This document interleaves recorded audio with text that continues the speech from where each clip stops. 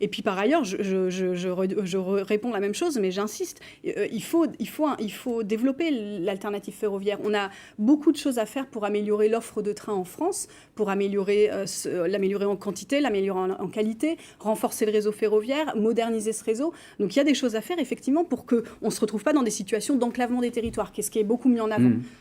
Mais vous répondez, à mon avis, toujours pas à la question quand même qui est fondamentale, qui est dès lors que vous avez un seul moyen de transport, sauf à considérer que la voiture est un substitut, à ce moment-là, vous êtes un petit peu en contradiction avec votre propre thèse, puisqu'en effet, si la voiture devient un substitut, je ne suis pas si sûr que la voiture soit si respectueuse que cela de l'environnement.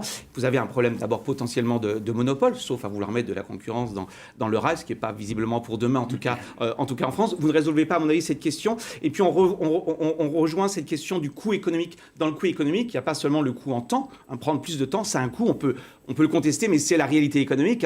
Et secondement, vous avez aussi le coût sur les retombées indirectes. Vous aurez peut-être des personnes qui vont se dire, puisque c'est très compliqué de venir en France, ça prend plus de temps, c'est pas en France que je vais aller en vacances, c'est en Italie, c'est en Allemagne, parce qu'en effet, si on mène une politique non coordonnée, ce que vous disiez à l'instant, si on met une politique au niveau national, le touriste, lui, il va arbitrer entre les pays. Et à la fin des fins, vous aurez moins de touristes en France. Alors, on peut dire que c'est une fin en soi.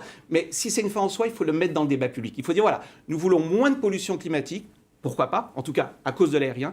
Quel est le coût en face? Et pour moi, qui suis économiste, le bon raisonnement, c'est est-ce que finalement, entre guillemets, le jeu en vaut la chandelle? Mon sentiment est que la première cause de pollution en France n'est pas l'aérien. Il y a beaucoup d'autres activités. Et le bon raisonnement économique consisterait d'abord à s'attaquer aux principales causes industrielle de la pollution. Donc vous voyez, vous ne pouvez pas échapper, me semble-t-il, à une analyse, pardon des termes un peu techniques, coût-bénéfice. Oui, supprimer des lignes aériennes nous permettra d'avoir un gain climatique. On ne le conteste pas. Et il est évident que les chiffres, je ne doute pas un instant de la véracité des chiffres que vous donnez, mais vous racontez que la moitié de l'histoire. Il reste à raconter l'autre moitié de l'histoire. C'est une question.